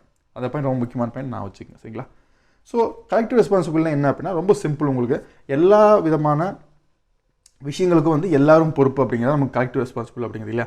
இப்போ வந்து ஒரு கவர்மெண்ட் வந்து ஒரு சக்ஸஸ்ஃபுல்லாக ஆனாலும் சரி அதுக்கான பொறுப்பு வந்து எல்லா அமைச்சர்கள் சாரும். ஒரு கவர்மெண்ட் ஏதாவது தவறு செஞ்சாலும் அதுவும் வந்து எல்லாரையும் சாரும். ஸோ ஒரு மினிஸ்டர் எடுக்கக்கூடிய தவறான முடிவு அப்படிங்கிறது அந்த அந்த குழுவுக்கே சார்ந்த ஒரு விஷயமா இருக்கும், அந்த அமைச்சர் குழுவுக்கே சார்ந்த ஒரு. So entire council of ministers jointly responsible Lok Sabha for all the act of கவர்மெண்ட்டோட எல்லா நடவடிக்கைக்கும் என்டையர் கவுன்சில் ஆஃப் மினிஸ்டர்ஸ் வந்து ரெஸ்பான்சிபிளாக இருப்பாங்க, சரிங்களா? ஸோ அதான் வந்து ரொம்ப முக்கியமான பாயிண்ட் அப்படி, அதான் கலெக்டிவ் ரெஸ்பான்சிபிள் அப்படிங்கிறது, சரிங்களா? ஸோ அதேமாதிரி இன்னொரு பாயிண்ட் என்ன பார்த்தீங்க அப்படின்னா பைண்டிங் டு டிசிஷன் அப்படி சொல்லுவாங்க. அதாவது அரசனுடைய எல்லா கொள்கை முடிவுக்கும் வந்து பார்த்திங்க அப்படின்னா இந்த கவுன்சில் ஆஃப் மினிஸ்டர்ஸ் கட்டுப்பட்டவங்களும் இருப்பாங்க. அதை இருந்து அவங்க தவிர்த்து பேச முடியாது. So all the minister government are expected to be unanimous in supporting of policy on all public occasions and issues, சரிங்களா? ஸோ அரசனுடைய முடிவுகள் வந்து கவுன்சில் ஆஃப் மினிஸ்டர்ஸ் வந்து சப்போர்ட் பண்ணி தான் பேசி ஆகணும். ஏன்னா அவங்க சேர்ந்து எடுத்தாங்க, கேபினெட் சேர்ந்து தான் ஒரு முடிவு எடுக்கிறாங்க. அப்படிங்கிறப்ப அந்த முடிவு வந்து அங்கேயே நம்ம சொல்லணும். இப்போ உங்களுக்கு ஒரு முடிவு எடுக்கப்போ உங்களுக்கு பிடிக்கல அப்படின்னா அந்த முடிவு அங்கேயே சொல்லணும். அது இல்லாமல் வெளியே வந்து சொல்லக்கூடாது. ஸோ இதெல்லாம் தான் முக்கியமான பாயிண்ட் தான். ரொம்ப உங்களுக்கு வந்து இது புரியல, கன்ஃபியூஸ் பண்ணுற மாதிரி கூட நீங்கள் ஒரு விஷயம் நினச்சிங்க. ஸோ எல்லா கவுன்சில் ஆஃப் மினிஸ்டர்ஸும் கலெக்டிவ் ரெஸ்பான்சிபிலிட்டி லோக்சபா, இந்த ஒரு பாயிண்ட் நல்லா நான் வச்சுக்கோங்க, சரிங்களா? ஸோ அடுத்து வந்து பார்த்திங்க அப்படின்னா இண்டிவிஜுவல் ரெஸ்பான்சிபிலிட்டி. ஒவ்வொரு அமைச்சருக்கும் தனிப்பட்ட பொறுப்பு இருக்குது, சரிங்களா? யாருக்கு தனிப்பட்ட பொறுப்பு, இது உங்களுக்கு கொஸ்டின் கேட்பாங்க, சரிங்களா? ஆர்டிகல் 75ல் 2 வந்து இதை பற்றி பேசும். உங்களுக்கு இது வந்து நேரடியாக இருக்காது, சரிங்களா? அதாவது நமக்கு வந்து கலெக்டிவ் ரெஸ்பான்சிபிலிட்டி வந்து கான்ஸ்டியூஷன் நேரடியாக கொடுக்கப்பட்டிருக்கும். ஆனால் இண்டிவிஜுவல் ரெஸ்பான்சிபிலிட்டி பற்றி பார்த்திங்க அப்படின்னா நம்ம கான்ஸ்டியூஷன் டேரெக்டாக கொடுத்துருக்காது. பட் அந்த பிரின்சிபல் அப்படிங்கிறது ஆர்டிகல் 75(2)ல் வந்து கொடுக்கப்பட்டிருக்கு. என்னென்னு பார்த்திங்க அப்படின்னா எல்லா மினிஸ்டர்ஸையும் வந்து பார்த்திங்க அப்படின்னா உங்களுக்கு வந்து பிரசிடென்ட் வந்து எப்போ நினச்சாலும் பதவி நீக்கம் பண்ண முடியும், சரிங்களா? அப்போ இது நம்ம இன்டேரக்டாக எப்படி சொல்லணும்னு வந்து பார்த்திங்க அப்படின்னா ஒரு மினிஸ்டர் இருக்காருங்களா, அந்த மினிஸ்டர் வந்து சரியாக செயல்படலை அப்படின்னு வந்து பிரசிடென்ட் நினச்சாருன்னா உடனே அவர் பதவி நீக்கம் செய்ய முடியும். அப்போது ஒவ்வொரு கவுன்சில் ஆஃப் மினிஸ்டர்ஸும் யாருக்கு பொறுப்பு இருக்காங்க, யாருக்கு தனிப்பட்ட விதத்தில் பொறுப்பாகிறாங்கன்னா பிரசிடென்ட்டுக்கு பொறுப்பாகிறாங்க. இது ரொம்ப முக்கியமான ஒரு பாயிண்ட், சரிங்களா? அதே சமயத்தில் பிரைம் மினிஸ்டர் வந்து சொன்னால் மட்டும்தான் அவர் வந்து பார்த்திங்கன்னா ஒரு அமைச்சரை பதவியில் நீக்க முடியும், சரிங்களா? ஸோ அந்த பாயிண்ட் நான் வச்சுங்க. இது ரெண்டு கன்ஃபியூஸ் பண்ணுற மாதிரி தெரியும், நான் கிளியராக ஐடியா ஒன்று தான் சொல்கிறேன் உங்களுக்கு. ஸோ ஒவ்வொரு அமைச்சரும் கலெக்டிவாக யாருக்கு ரெஸ்பான்சிபிள்னா லோக்சபாவுக்கு ரெஸ்பான்சிபிள். அதே சமயம் இண்டிவிஜுவலாக யாருக்கு தனிப்பட்ட முறையில் யாருக்கு ரெஸ்பான்சிபிள்னா பிரசிடென்ட்டுக்கு ரெஸ்பான்சிபிள், சரிங்களா? எப்படி அப்படின்னா பிரசிடென்ட் நினச்சாருன்னா ஒரு கவுன்சில் ஆஃப் மினிஸ்டர்ஸ் வந்து பதவி நீக்கம் செய்ய முடியும். ஸோ அப்படிங்கிறப்ப என்ன ஒரு பிரசிடென்ட்டுக்கு கீழே அவருக்கு வந்து இண்டிவிஜுவல் ரெஸ்பான்சிபிலிட்டி இருக்குது, ஒவ்வொரு அமைச்சருக்கும் இருக்குது. அப்படிங்கிறது தான் வந்து நமக்கு இது சொல்லக்கூடிய விஷயம் அப்படிங்கிறது, ஓகேங்களா? தென் அடுத்து வந்து பார்த்திங்கன்னா நம்ம டெப்டி மினிஸ்டர்ஸ் பார்க்கலாங்க. ஸோ கவுன்சில் ஆஃப் மினிஸ்டர்ஸ் போய் அதுவே போதுமானது. ஒன்று நம்ம கவுன்சில் ஆஃப் மினிஸ்டர்ஸ் வந்து எத்தனை கேட்டகரி இருக்குதுன்னு சொல்லி பார்த்தோம். அது கவுன்சில் ஆஃப் மினிஸ்டர்ஸுக்கும் அப்புறம் வந்து உங்களுக்கு வந்து கேபினட் மினிஸ்டருக்குமான டிஃப்ரென்ஸ் என்னன்னு பார்த்தோம். அப்புறம் வந்து அவங்க அப்பாயின்மெண்ட்ஸ் வந்து பார்த்தோம் நம்ம, இல்லையா? ஸோ இதே வந்து போதுமானது. அப்போ கலெக்டிவ் ரெஸ்பான்சிபிலிட்டி, இண்டிவிஜுவல் ரெஸ்பான்சிபிலிட்டி, சரிங்களா? இதே வந்து போதுமானது கவுன்சில் ஆஃப் மினிஸ்டர்ஸ். அடுத்து நம்ம டெப்டி பிரைம் மினிஸ்டர்ஸ் பார்த்தலாம், சரிங்களா? ஜென்ரலாக வந்து பார்த்திங்கன்னா நம்ம இந்தியன் கான்ஸ்டியூஷனில் டெப்டி பிரைம் மினிஸ்டர் அப்படிங்கிற போஸ்ட்டும் தனிப்பட்ட முறையில் கிடையவே கிடையாது, சரிங்களா? இது வந்து ஒரு பொலிட்டிக்கல் போஸ்ட் தான், சரிங்களா? இப்போ வந்து ஏதாவது ஒரு அரசியல் தலைவரும் அது ஒரு அதிருப்தி இருக்குது, சரிங்களா, அப்படின்னா அவங்கள வந்து அதுமாதிரி ஆக்கிவிடுவாங்க. இவங்களுக்கு வந்து தனிப்பட்ட முறையில் எந்த பவரும் கிடையாது. அது முக்கியமான நம்ம டெப்டி பிரைம் மினிஸ்டருக்கு தனிப்பட்ட முறையில் எந்த பவரும் கிடையாது. அந்தந்த பிரைம் மினிஸ்டர் நினச்சி அவங்களுக்கு சில இலாக்காக கொடுக்க முடியும், சரிங்களா? ஸோ இந்தியாவில் பார்த்திங்கன்னா 7 பேர் வந்து டெப்டி பிரைம் மினிஸ்டர்ஸ் தான் எடுத்துக்கிறாங்க. அடிக்கடி கொஸ்டினில் கேட்கக்கூடியது ஃபஸ்ட்டு யாருன்னு தான் கேட்பாங்க. ஸோ சர்தார் வல்லபாய் பட்டேல் ஃபஸ்ட்டு பார்த்திங்கன்னா இந்தியாவுடைய டெப்டி பிரைம் மினிஸ்டர் இருந்தார். 47லேருந்து 50 வரைக்கும் இருந்தார், சரிங்களா? அந்த பாயிண்ட் நான் வச்சுங்க. அதுக்கடுத்து வந்து மொரார்ஜி தேசாய் இருந்தார். அதுக்கப்புறம் சரண் சிங் அண்ட் ஜெகஜீவன் ராம் 2 பேரும் சேர்ந்து இருந்தாங்க, சரிங்களா? அதாவது 2 பேரும் ஒரே டைமில் டெப்டி பிரைம் மினிஸ்டர் 2 பேர் இருந்தாங்க. ஒன்று சரண் சிங், இன்னும் ஜெகஜீவன் ராம் இருந்தாங்க. அதுக்கப்புறம் வந்து பார்த்திங்கன்னா YB சவான் இருந்தார். அப்புறம் தேவிலால் வந்து 2 டைம்ஸ் இருந்தார், சரி 2 டைம். இதுக்கோ கேட்கல உங்களுக்கு. 2 டைம் வந்து யார் டெப்டி பிரைம் மினிஸ்டர்னா தேவிலால் வந்து 2 டைம் இருந்தார். அதுக்கடுத்து லாஸ்ட்டாக யாருன்னு LK அத்வானி, அடல் பிகாரி வாஜ்பாய் ஒரு டைமில் வந்து பார்த்திங்கன்னா LK அத்வானி வந்து இருந்தார். ஸோ உங்களுக்கு கொஸ்டின் வந்து பார்த்திங்கன்னா ஃபஸ்ட்டு யார் தான் கேட்கலாம், இல்லை லாஸ்ட் யார் தான் கேட்கலாம், இல்லை 2 டைம் யார் இருந்தாலும் கேட்கலாம், சரிங்களா? ஸோ அதனால் இது ஒரு ஜஸ்ட் லைன்ஸ் வந்து பார்த்து வச்சுங்க, சரிங்களா? ஸோ இது வரைக்கும் நம்ம பார்த்தது சம்மந்தமாக வந்து பார்த்திங்கன்னா ஆர்டிகல்ஸ் என்னென்னு பார்த்திங்கன்னா ஆர்டிகல் 74. இது என்ன சொல்லும் அப்படின்னா கவுன்சில் ஆஃப் மினிஸ்டர்ஸுடைய அட்வைஸ் பற்றி தான் பிரசிடென்ட் நடக்கணும் அப்படின்னு சொல்லக்கூடிய ஆர்டிகல் 74 அப்படிங்கிறது. அடுத்தது வந்து ஆர்டிகல் 75 அப்படிங்கிறது அவங்களுக்கான அப்பாயின்மெண்ட்ஸ், சரிங்களா? பிரைம் மினிஸ்டர் வந்து எப்போ அப்பாயின்மெண்ட் பண்ணுறது, கவுன்சில் ஆஃப் மினிஸ்டருக்கான அப்பாயின்மெண்ட் என்ன, அவங்களுக்கான உறுதிமொழிகள் என்ன, அவங்க கலெக்டிவ் ரெஸ்பான்சிபிலிட்டி, இண்டிவிஜுவல் ரெஸ்பான்சிபிலிட்டி, இது எல்லாமே வந்து பார்த்திங்க அப்படின்னா ஆர்டிகல் 75 கீழே வரக்கூடிய, சரிங்களா? அடுத்து ஆர்டிகல் 77 அப்படிங்கிறது நம்ம கவர்மெண்ட் ஆஃப் இந்தியாவுடைய கான்டக்ட் ஆஃப் பிஸ்னஸ். அதாவது வந்து யூனியன் கவர்மெண்ட் எடுக்கக்கூடிய எல்லா முடிவுகளும் வந்து பார்த்திங்கன்னா நமக்கு பிரசிடென்ட்டுடைய பேரில் இருக்கப்படுது அப்படிங்கிறது இந்த ஆர்டிகல் 77 வரும் உங்களுக்கு, ஓகே? தென் வந்து பார்த்திங்கன்னா ஆர்டிகல் 78 அப்படிங்கிறது பிரைம் மினிஸ்டருடைய டியூட்டி பற்றி பேசக்கூடியதாக இருக்கும், சரிங்களா? அதுக்கடுத்து பார்த்திங்கன்னா ஆர்டிகல் 88 வந்து பார்த்திங்கன்னா உங்களுக்கு வந்து மினிஸ்டர்ஸ்க்கான ரைட்ஸை பற்றி பேசக்கூடியதாக இருக்கும், சரிங்களா? ஸோ இதெல்லாமே வந்து பார்த்திங்க அப்படின்னா நமக்கு வந்து இது பேஸான ஆர்டிகல்ஸ் அப்படிங்க. 74, 75, 77, 78 அப்புறம் 88 அப்படிங்கிறது. ஆக்சுவலாக வந்து பார்த்திங்கன்னா இந்த ரைட்ஸை பற்றி நான் வந்து சொல்லாமல் வந்திருப்பேன் நான். ஸோ என்ன ரைட்ஸ் அப்படின்னு பார்த்திங்க அப்படின்னா இப்போ வந்து ஒரு ராஜ்யசபாவில் இருக்கக்கூடிய ஒருத்தர் வந்து பார்த்திங்கன்னா மினிஸ்டராக இருக்கான்னு வைங்களேன். ராஜ்யசபாவில் இருக்கக்கூடிய ஒருத்தர் வந்து மினிஸ்டராக இருக்கார் அப்படின்னா அவர் வந்து லோக்சபாவுடைய ப்ரொசீடிங்ஸில் கலந்து கொள்ள முடியும், சரிங்களா? அவர் லோக்சபாவுடைய ப்ரொசீடிங்ஸில் கலந்து கொள்ள முடியும். அங்கே வந்து அவர் டிஸ்கஸ் பண்ண முடியும், எக்ஸப்ட் ஓட்டு போட முடியாது, சரிங்களா? அதுதான் வந்து ரைட்ஸ் அப்படிங்கிறது. ஸோ அதே சமயம் வந்து லோக்சபாவில் இருக்க ஒருத்தர் வந்து மினிஸ்டராக இருந்தார் அப்படின்னா அவரு ராஜ்யசபாவுடைய ப்ரொசீடிங்ஸில் வந்து கலந்து கொள்ள முடியும். அங்கே அவர் வந்து பேசுவார், எல்லாமே பண்ணுவார், பட் ஓட்டு மட்டும் போட முடியாது. இதான் வந்து பார்த்திங்கன்னா மினிஸ்டர்ஸ்க்கான ரைட்ஸை வந்து ஆர்டிகல் 88 சொல்லியிருக்கும், ஓகே?